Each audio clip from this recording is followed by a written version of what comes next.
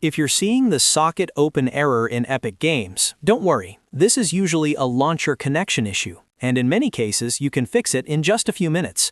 In this video, I'll walk you through the easiest step-by-step solution so you can get Epic Games Launcher working again without wasting time guessing what went wrong. If this helps, make sure to hit that like button and subscribe for more quick tech fixes just like this. Let's jump right in. The first thing you want to do is restart the Epic Games Launcher completely. Don't just close the window, make sure it's fully shut down. You can do that by opening Task Manager and checking if Epic Games Launcher is still running in the background. If it is, end the task and then reopen it.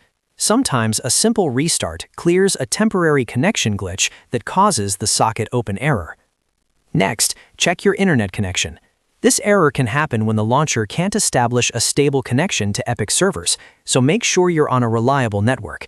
If your Wi-Fi is weak or dropping out, try switching to a more stable connection. You can also test another website or app to confirm your internet is working properly. A shaky connection can easily trigger this problem, so this step is important. Now, if you're using a VPN, turn it off before trying again.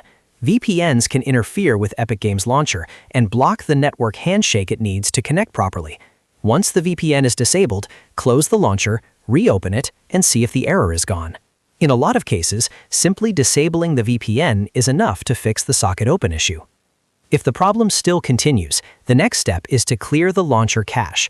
This is one of the most effective fixes because corrupted cache files can stop the launcher from opening sockets correctly. To do this, close Epic Games Launcher first, then open File Explorer and go to the Epic Games cache location on your computer. Find the Webcache folder and delete it.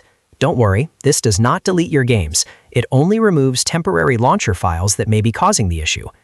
After deleting the Webcache folder, relaunch Epic Games Launcher and let it rebuild the cache from scratch. This can take a moment, but it often fixes login, loading, and connection errors like this one. If the launcher opens normally after that, you're all set. If it still isn't working, try repeating the steps in order. Restart the launcher, confirm your network is stable, disable the VPN, and clear the cache again if needed. These are the safest and most common fixes for the socket open error in Epic Games, and they solve the problem for many users without needing anything advanced. Now, if this video helped you fix the issue, please take a second to like the video and subscribe to the channel.